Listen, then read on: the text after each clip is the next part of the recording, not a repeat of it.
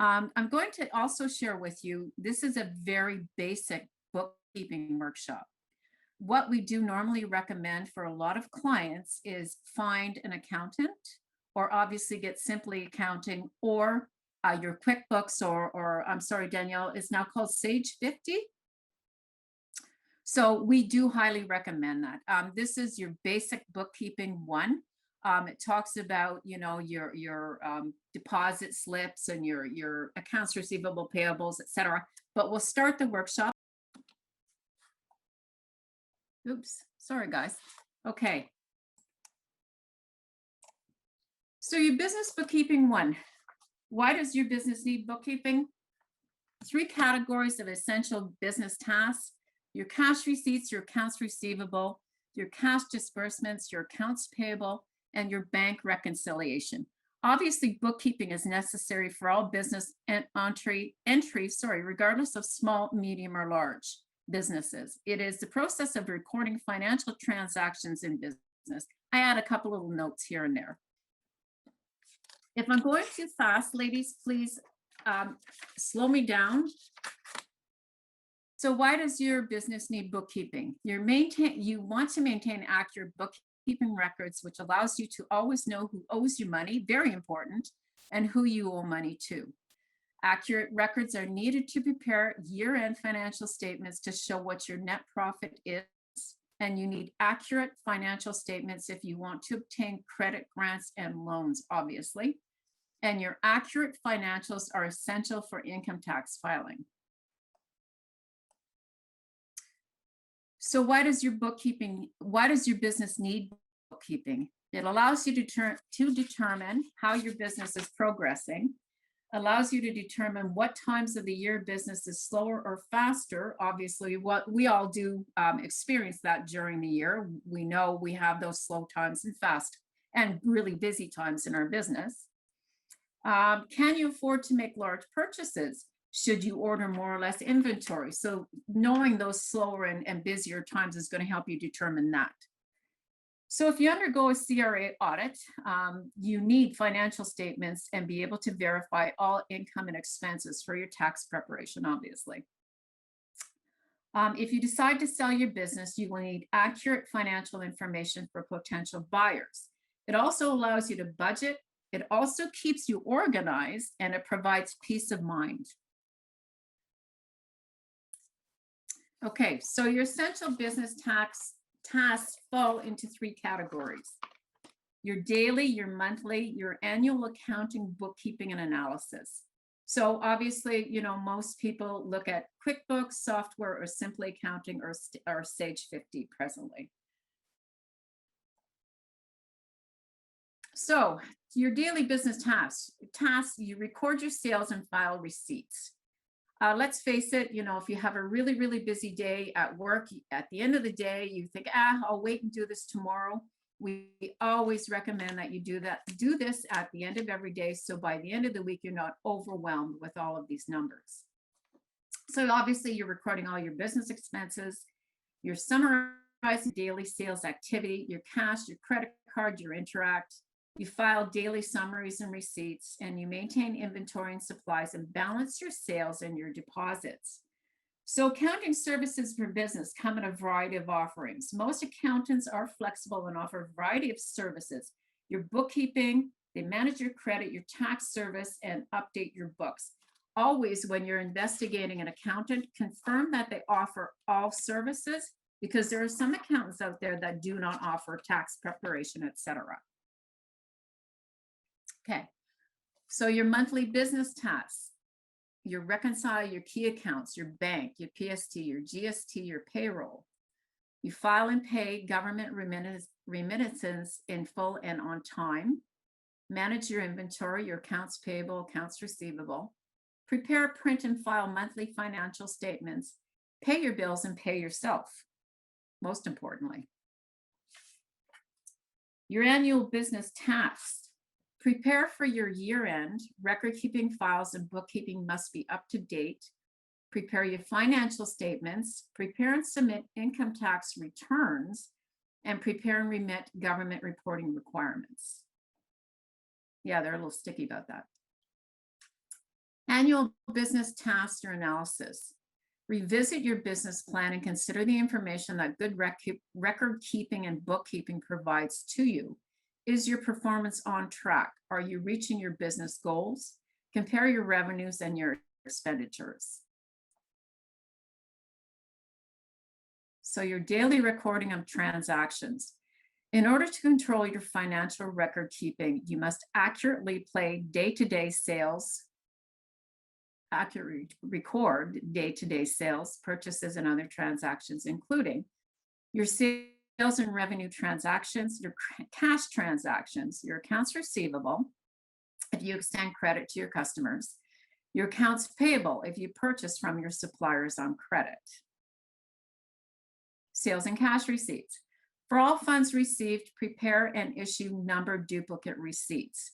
Your receipt number, your date your payment received, from who the payment was received, amount of receipt, form of funds received, cash check, your business name and signature. Really important on your receipts. Am I going too fast? Am I? Sorry, ladies. Okay.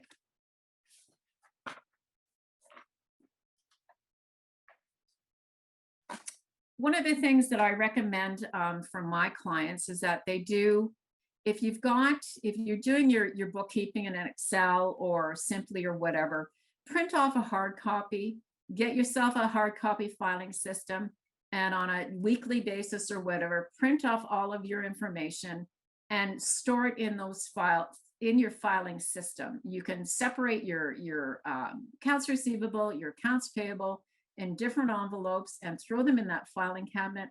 I'm an old dog that you can't really teach new tricks to, so that works for me. I kind of set up both systems. I have your hard copy and then I have your technical information. So if you ever lose your information online, you have a hard copy version. Okay, so your deposit book. Now, a lot of people don't use deposit books anymore. I know way back when I worked in retail, I would have to fill these out on a daily basis when I worked at the end of the day cashing out. I don't know if anybody does still use them. I know my clients don't. But anyways, we'll go through it. So your deposit book will include your duplicate forms. Obviously, your original is kept by the bank and the copy stays in your deposit book.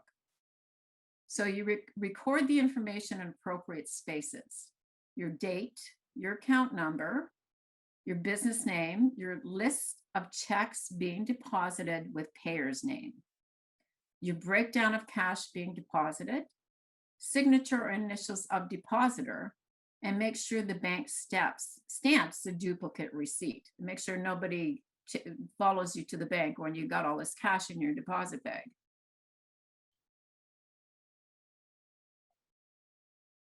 Okay, so there's a sample of your deposit slip. So there's cash on your right-hand side, and it talks about the name of the business up top, and basically, so your net deposit, according to this deposit slip, is $175 in cash.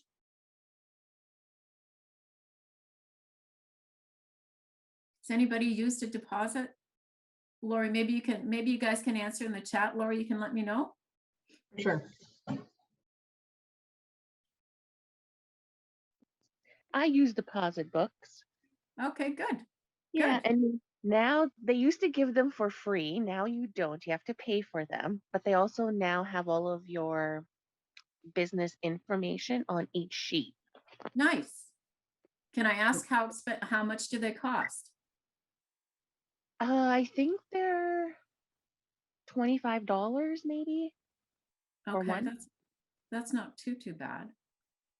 The banks, they get you, right? Pardon? I said the banks, they get you. Yeah, because I think I paid a little over $40 for 2 books. Okay, The that's more not too you bad. order, the cheaper they are. Okay, yeah, and with everything, right? Anybody else use deposit books? Suzanne, Danielle, and LA said that they have. Oh, okay, nice. Okay. And then Tracy says she still uses one in her volunteer position as a community band treasurer. Okay. Board treasurer, sorry. Veronica says only for cash. And I remember them for personal deposits years ago, Karen said. Yeah, okay. And can I add something? I think if you're doing it with a business account, you would use this kind of a deposit slip. But if you are doing your business and using just a regular checking account, which you should have just a separate account anyway, you wouldn't use this type of deposit slip. You would just use it, you would deposit the same way you would normally deposit into a regular kind of checking account that you would have for your personal use. The other difference with a business account is every time you deposit money or coin, you are charged for that. So businesses do get nailed in any number of ways for cash and coin being deposited. Wow, thanks, Barbara. I did not know that. Yeah, and especially coin, because they have to, they're paying for the, when you see the trucks show up, the Guardia truck show up for their cash, they only keep so much on hand. So if you're putting lots of cash in, you're paying higher fees. So you're paying a higher fee for a business account, and you are paying for the deposit of cash and coin. Wow, okay, okay. Wow, good to know. Thank you, Barbara. Barbara, please jump in at any time. You're obviously very experienced in this area. I appreciate the advice. Thank you. Okay, ladies, obviously there's your check on the left-hand side. So your deposit shows your check, etc. So your cash receipts, your journal accounts receivable, your AR. Your monthly journal that is organized to keep a record of all revenue your business receives. So you number each page, obviously, CR1 or AR1. You record the date of the deposit. You record the source of funds separately, your receipt number, your distribution columns, revenue, code of accounts, actual deposit amount recorded in bank column, and include your bank interest revenues from the bank statement. At month end, total all columns, carry forward month end totals from the bottom of each page to the top of the next page to the end of your financial year. So there's your AR journal. So you got your grants in here, your gifts, your member dues. So it's hard to read this. And then obviously your receipt numbers in here, etc. So cash receipts, your journals. Okay, so there's your cash, $6,250 deposited into the bank. Okay, your check disbursements, account payable, accounts payable. Your monthly journal that is organized to keep a record of all purchases and expense payments your business pays out. So once again, you're going to number your pages. You record the date the check was written, name of the payee, check number in numerical sequence, include voided checks, very important to include your voided checks, distribution column, expense code of accounts, your sundry, your column for recording miscellaneous expenses not made on a regular monthly basis. And your check amount is recorded in the bank column and in bank charges.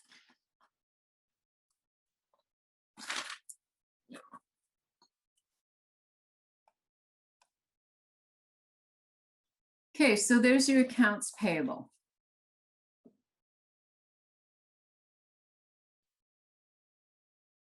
Your equipment, your office supplies, your petty cash, your bank charges, all of the above. You could certainly set this up in Excel, obviously, something similar.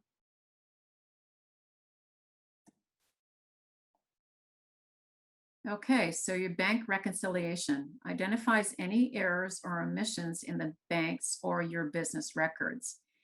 Keep track of the business true bank balance at all times.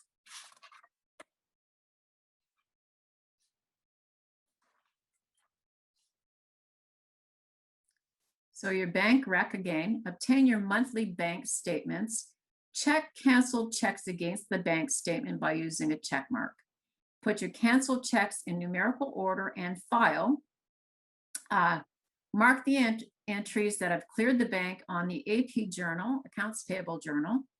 Write OS outstanding beside those entries that have not cleared the bank, and enter any bank charge amounts from the bank statement on the accounts payable journal. So here's your reconciliation. So you're adding, so your balance is per the bank statement.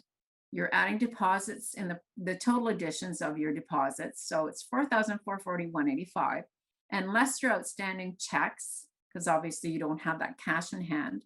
So it's $3,840.08, and then your previous month's balance, which is from page 9. And then obviously your bank column, your deductions, which is from page 10. And then your reconciliation bank balance is $3,840.08. And that's it, ladies.